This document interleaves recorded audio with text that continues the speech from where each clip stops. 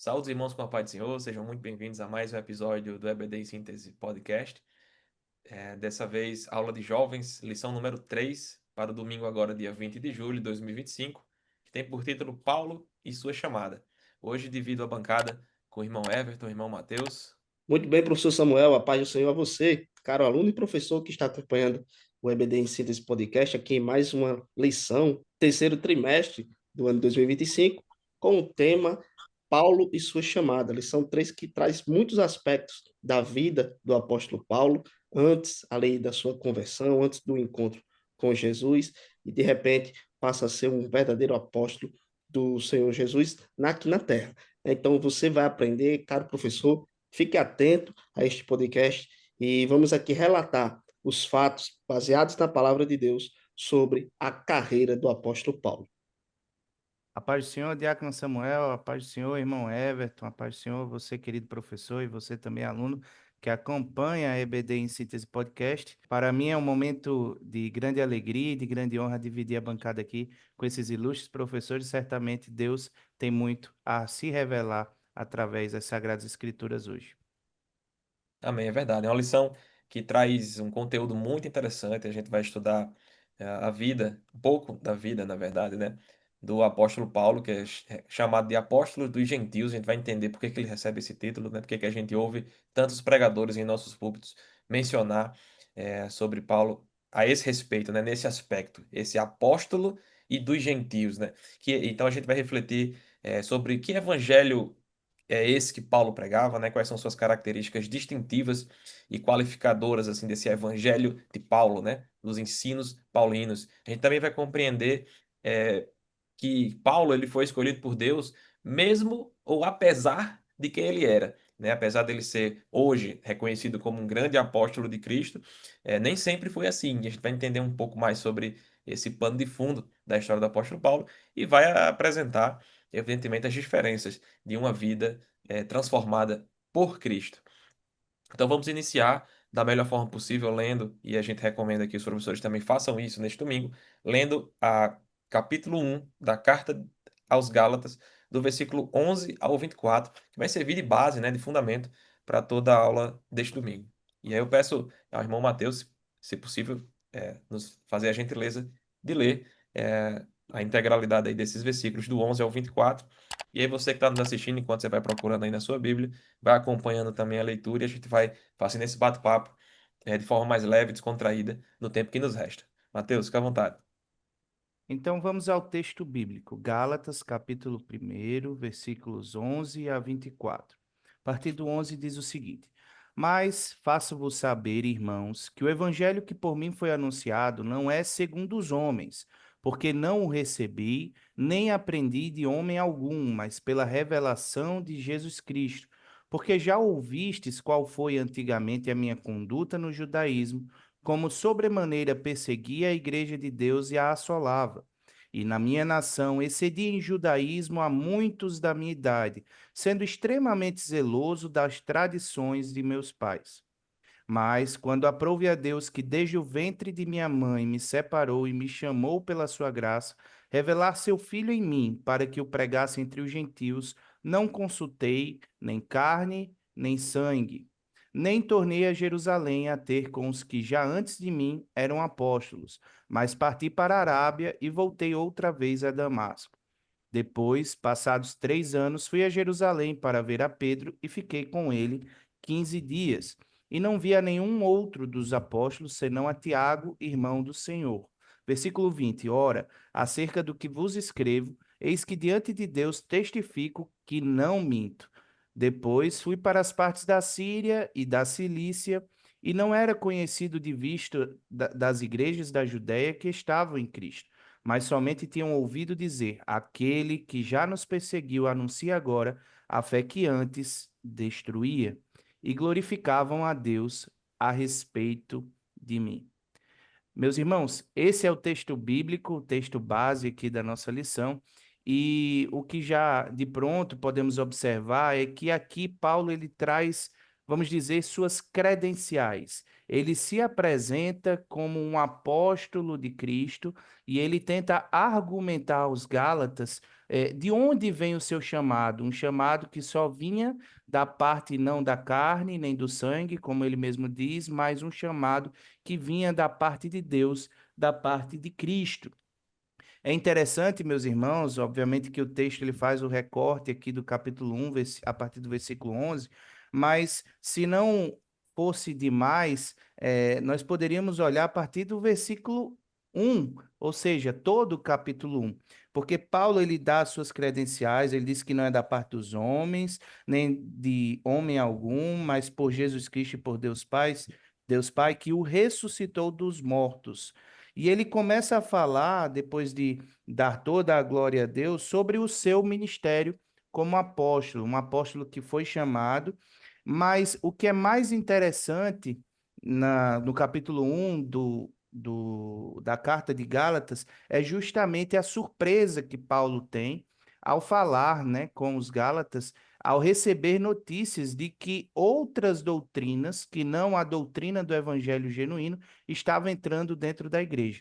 Então, se nós pudéssemos resumir a carta de Gálatas, a carta de Paulo aos Gálatas, nós poderíamos dizer que há sim um problema a ser enfrentado, assim como em todas as outras cartas de Paulo, e nessa em especial seria o problema dos judaizantes, dos cristãos ou dos convertidos cristãos, mas que estavam com as doutrinas ou com o legalismo ou com o costume judaico tentando penetrar no seio da igreja, da recém-igreja formada de Gálatas. E Paulo durante toda a sua carta, tenta justamente contrapor a fé em relação às obras e a salvação que vem pela fé e não pelas obras. Este é o tema central da lição, e eu acho que por isso ele se credencia ou ele se permite trazer, né, suas credenciais como apóstolo de Cristo, porque ele está dizendo: eu sou o apóstolo de Cristo, apóstolo apontado por Deus. Portanto, em outras palavras, é como se Paulo dissesse assim: tudo que eu disser como apóstolo apontado por Deus, se disso tudo vocês se desviarem, se afastarem, é como se vocês estivessem, é como não, vocês estão se afastando do que Deus ensinou, porque o evangelho que eu prego não é o evangelho de homens, mas o evangelho da Boa Nova, o evangelho de Cristo Jesus, do Messias que veio, que encarnou, que morreu e ressuscitou. Este era o evangelho.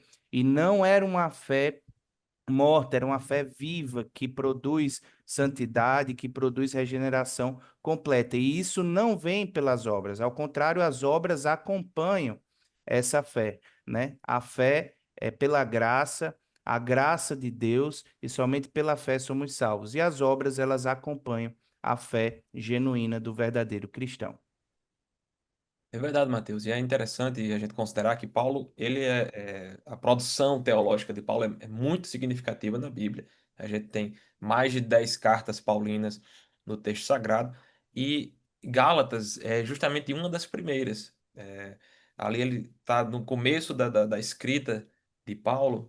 Alguns estudiosos datam ali entre 50 e 55 depois de Cristo a redação das cartas de 1ª e 2ª Tessalonicenses e logo em seguida Gálatas, né? Seria a terceira carta paulina, cronologicamente falando. E você vê que Paulo ele tem essa preocupação, que você já pontuou aí também na leitura e no seu comentário, de apresentar um pouco também de quem ele era, né? De quem de fato ele foi, do chamado que ele atende ao escrever aos Gálatas e ao pregar o Evangelho de Cristo.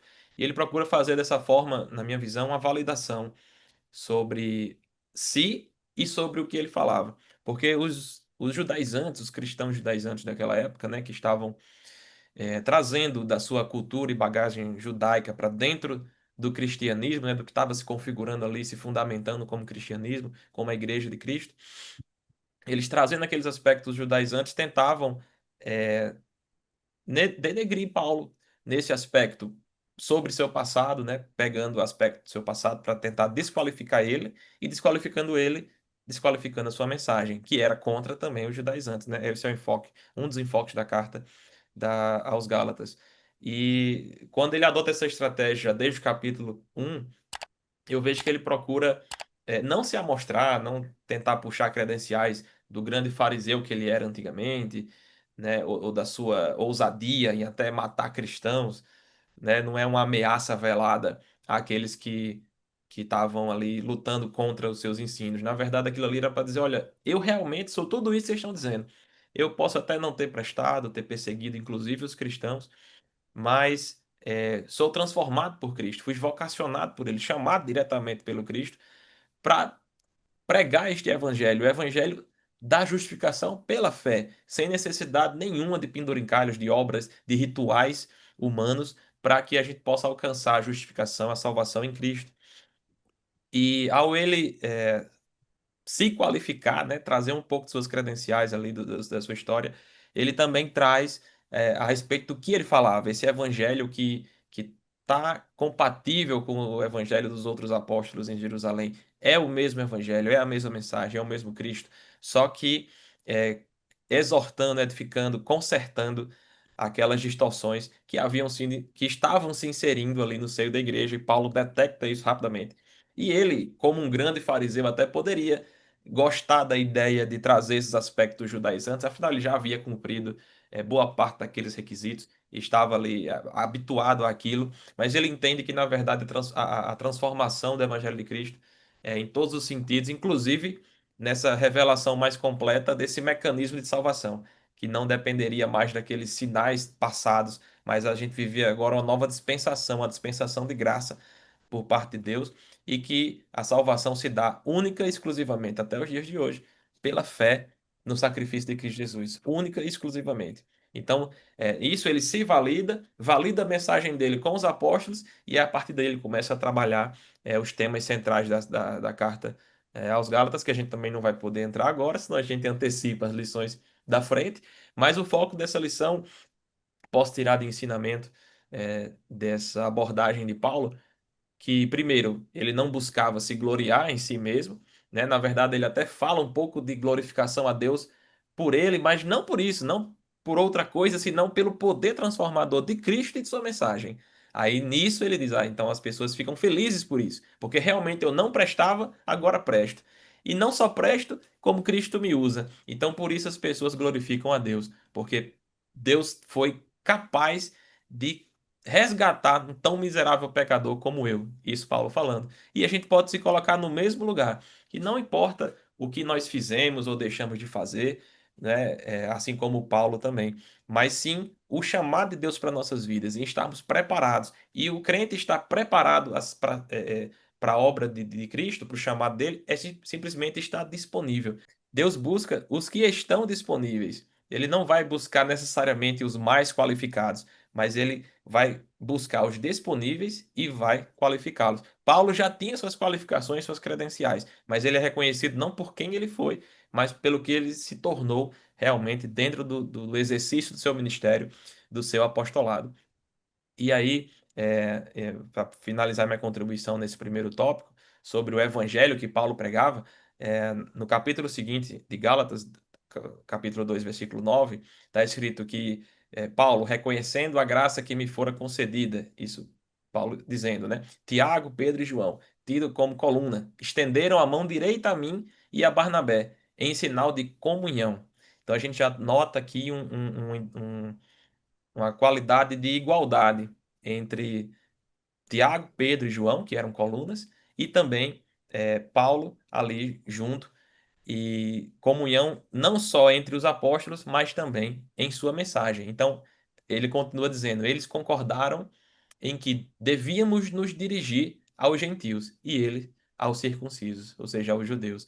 Então, aqui você vai vendo também, Mateus e Everton, um pouco do porquê a gente tem esse título para Paulo, dá esse título a Paulo como apóstolo dos gentios, porque nessa estrutura de validação da mensagem, preparação para introduzir ali os fundamentos para a igreja em Gálatas, a gente vê já ele dando esse aspecto de que ele, em consenso com os demais apóstolos, no exercício do seu apostolado, é reconhecidamente vocacionado estrategicamente por Deus, reconhecido pelos seus pares, para pregar aos gentios, né? Então, isso é interessante. E daí a gente vai tirando também a ideia de Paulo, né, ser o apóstolo dos gentios.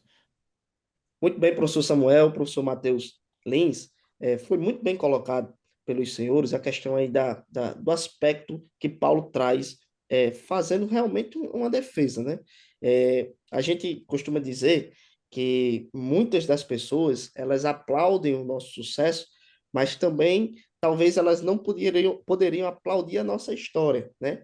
Paulo, ele antes de ser é, separado por Deus para exercer a sua chamada ministerial, nós sabemos muito bem de que como era Paulo, né, assim chamado Saulo, né? É tanto que antes da conversão dele, ele demonstra ser um perseguidor da igreja, ele demonstra ser uma pessoa que era extremamente rigorosa quanto à lei, né? Ele aplicava muito bem a lei. Então, assim, isso antes da sua conversão. E aí ele faz questão, né, de se mostrar ali na sua defesa, se preocupando em estabelecer suas credenciais, vamos dizer assim, né, narrando um pouco a sua história. Até porque tinha um motivo plausível para isso, porque tinham falsos mestres que tentavam desqualificar o ministério de Paulo, né? Ah, Paulo, você é uma pessoa erudita, você fala muito bem, você se expressa muito bem, você fala 3 idiomas. Ele queria demonstrar para os povos na época, para os judeus ali, os gentios, que tudo que ele pregava, isso já depois de convertido, não vinham dele, mas sim por Jesus Cristo, pela transformação que houve na sua vida. Então ele deixa muito bem claro isso, já deixando ali já o finalzinho ali do tópico 1 da lição, né, em que ele faz a sua defesa. Aí, o que é que a gente pode trazer para os dias atuais, né? É comum, né, um indivíduo chega a uma determinada posição na sociedade e que terceiros, pessoas que não conhecem a história, né, possam avaliar alguém que teve sorte, que teve ajuda, que não merece a posição que ocupa, né? Talvez por um status social que demonstra. Era exatamente isso o que os falsos mestres falavam do apóstolo Paulo, né? E, então ele fez questão sim de fazer essa defesa dele pessoal e dizer assim, olha, eu tive uma vida transformada, que está escrito em Filipenses capítulo 3, versículos 5 e 6, em que diz, fui circuncidado no 8º dia, sou da linhagem de Israel, da tribo de Benjamim, hebreu de hebreus. Quanto à lei, eu era fariseu. Quanto ao zelo, perseguidor da igreja. Quanto à justiça que há na lei, irrepreensível.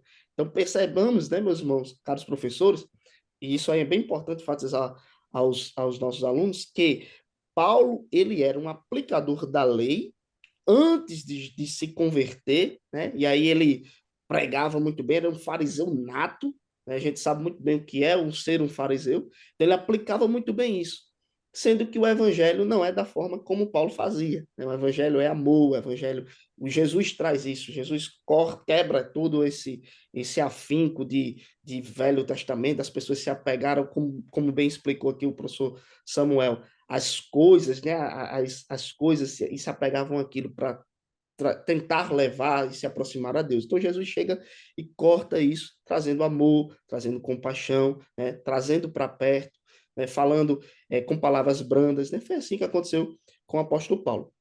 Já partindo para a sua conversão, né? E isso é antes dele se converter. E ele faz questão de explicar. Fui circuncidado 8º dia. Quanto ao zelo, era perseguidor da igreja, né? Então ele era extremamente comprometido com a lei e com as tradições judaicas. Né? Em Atos, capítulo 8, versículo 3, ele diz assim: Saulo, porém, assolava a igreja, entrando pelas casas e arrastando homens e mulheres.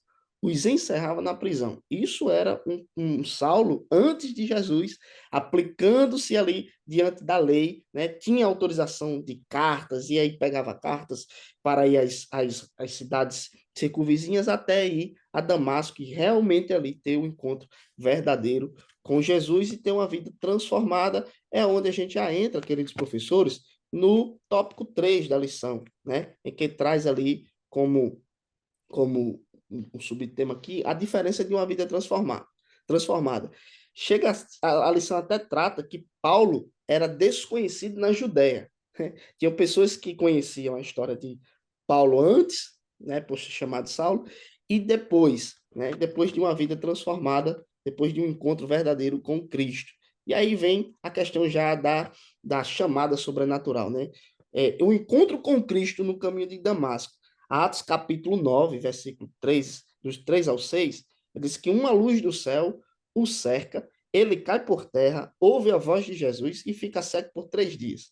Aí Jesus diz, Saulo, Saulo, por que me persegues? E aí ocorre também, né, a questão da transformação radical. De perseguidor, Paulo passa a ser instrumento de Deus para alcançar os gentios.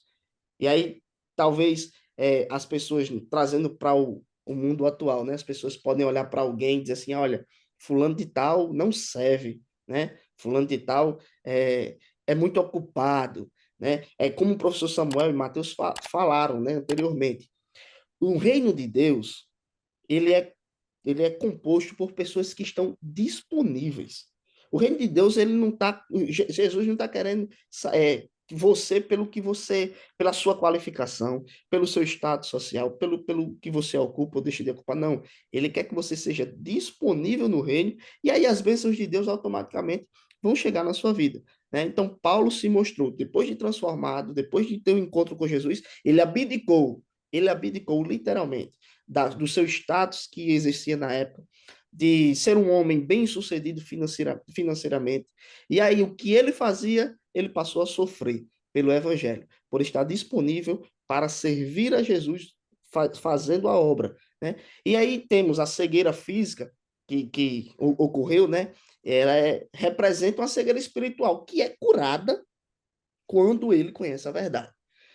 Hoje, a gente pode muito bem aplicar isso na lição, caros professores, trazendo para a realidade, trazendo para o mundo atual. Né? Eu costumo dizer que o mundo espiritual ele é muito mais real do que o mundo real em si. Então, assim, acontecem coisas no mundo espiritual que a gente só vai entender depois. E dizer, olha, né, a gente consegue abrir os olhos, abrir a mente para aquilo que aconteceu.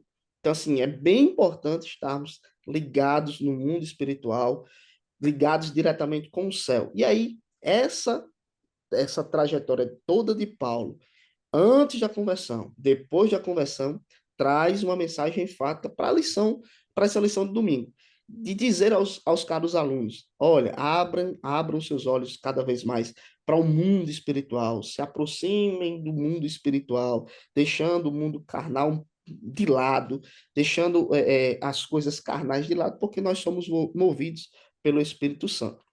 E aí já chegando também destrinchando aí o tópico 3 da lição, né, que fala já vai falar sobre o propósito da chamada, né? Então, Paulo é escolhido por Deus para uma missão específica. Atos capítulo 9, versículo 15 diz que Jesus diz, este é para mim um vaso escolhido para levar o meu nome diante dos gentios, dos reis e dos filhos de Israel. Paulo foi escolhido como chamado missionário, e aí chega até ser, né, Samuel e Mateus, chega até ser universal e estratégico, né? É, é, todas as pessoas, todos nós, somos importantes para Deus. Ele não faz acepção de pessoas. Mas no caso de Paulo, chegou a ser universal. Paulo se tornou um grande apóstolo, né? Um apóstolo dos gentios, como o professor Samuel falou, e estratégico também pela sua conduta e pela pessoa erudita que ele era. Né? Ele sabia chegar em tais lugares, sabia chegar. É tanto que eu, conjecturando aqui com minhas palavras, né? Eu acredito que Paulo, quando foi preso, eu acho que os guardas olhavam para ele assim, cara, é você que está aqui, sabe? Você ocupa cargos importantes, é você mesmo que está aqui. Ele se, talvez ele possa ter dito, sim, sou eu, mas eu sou agora um transformado. Eu tive um encontro verdadeiro com Jesus e vou exercer a chamada que ele tem para minha vida. Né? Então, assim, Paulo foi escolhido para um chamado missionário universal estratégico e diante da chamada ocorre também o sofrimento por fazer o evangelho, por pregar o evangelho, né? Ele, em Atos também, capítulo 9, versículo 16, diz, pois eu lhe mostrarei quanto lhe importa padecer pelo meu nome. Jesus disse para ele, Paulo, você vai entender o quanto é importante padecer, sofrer pelo meu nome. E aí o ministério de Paulo seria poderoso, mas também marcado por muitas aflições, o que a gente sabe muito bem da história do apóstolo Paulo. Então a gente inicia a lição trazendo, mostrando Paulo ou Saulo antes da conversão, e aí ele fazendo a sua defesa de que ele era uma pessoa erudita, que tinha é, outras nacionalidades, que podia chegar em qualquer lugar, mas ele quer fazer questão de mostrar que tudo que ele pregava não vinha dele, vinha depois de um encontro verdadeiro com Jesus. E aqui já entro nas minhas considerações finais, falando que também a gente poderia falar dos frutos, né, dessa chamada, mas eu já entro nas considerações finais, falando que a chamada de Paulo, ela nos ensina que Deus escolhe até os improváveis, né?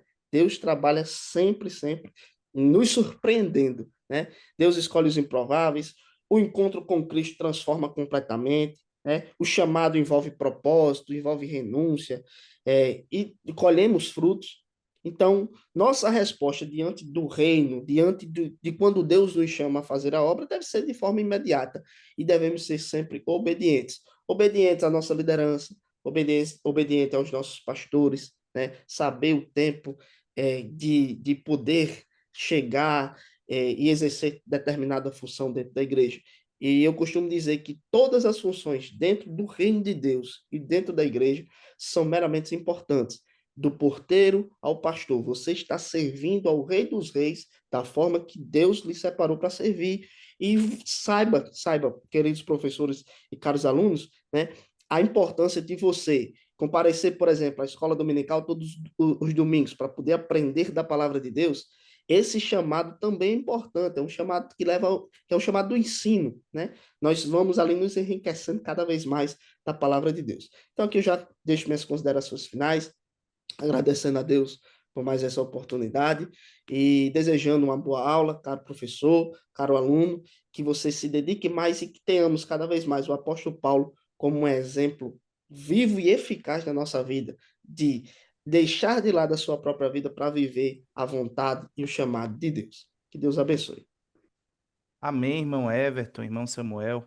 Ouvindo as palavras do querido irmão Everton, eu consigo me lembrar daquele versículo descrito lá em Salmos, capítulo 130, versículos 3 e 4, que diz o seguinte: Se tu, Senhor, observares as iniquidades, Senhor, quem subsistirá? Mas contigo está o perdão para que sejas temido.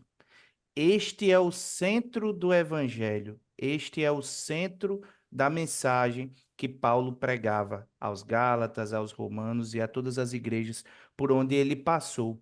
E aí a gente precisa lembrar que essa reputação de justiça, essa imputação de justiça não vem de nós. Lá em 1 João, capítulo 1, versículo 8, diz o seguinte: Se dissermos que não temos pecado, enganamo-nos a nós mesmos e não há verdade em nós.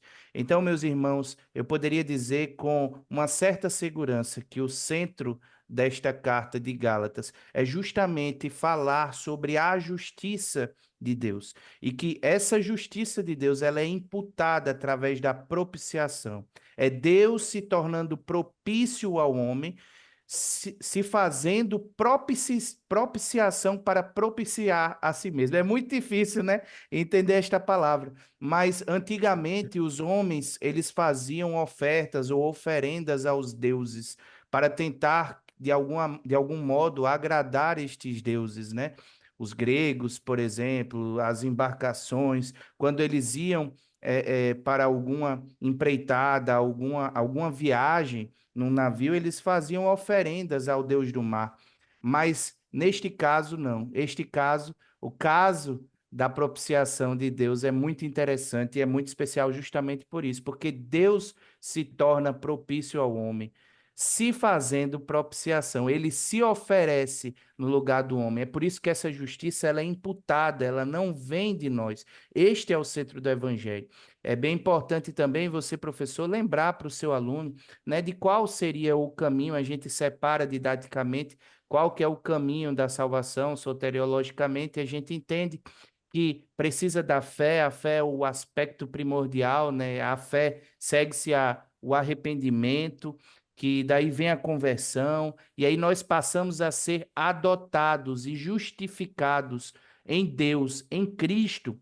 E aí sim a gente passa a regeneração junto com a santificação, que ela tem um aspecto posicional, como sempre lembra o nosso amado irmão Samuel, né? Ela tem um aspecto passado, ela tem um aspecto presente, mas ela tem um aspecto futuro. E é justamente nisso que a gente se estabelece, ou que a gente estabelece como verdade, e a verdade que Paulo pregava. Não vem de nós. Eu gostaria de ler aqui um versículo que se encontra em 2 Coríntios, capítulo 2, versículo 18, diz o seguinte: Mas todos nós, com cara descoberta, refletindo como um espelho a glória do Senhor, somos transformados de glória em glória na mesma imagem, como pelo Espírito do Senhor. Se é de glória em glória, isso significa processo, é justamente esse aspecto futuro que nos levará a finalmente a glorificação com o Pai, onde seremos perfeitamente sua imagem e semelhança, né? É como diz lá em Mateus, capítulo 5, versículo 48, diz o seguinte: sede perfeitos, como perfeito é o vosso Pai. E esse sede é justamente a tentativa do ser humano de continuar sendo, de continuar tentando ser perfeito como o Pai. Então, este é o centro do Evangelho, esta é a boa nova que Paulo anunciava, este é o centro da nossa lição.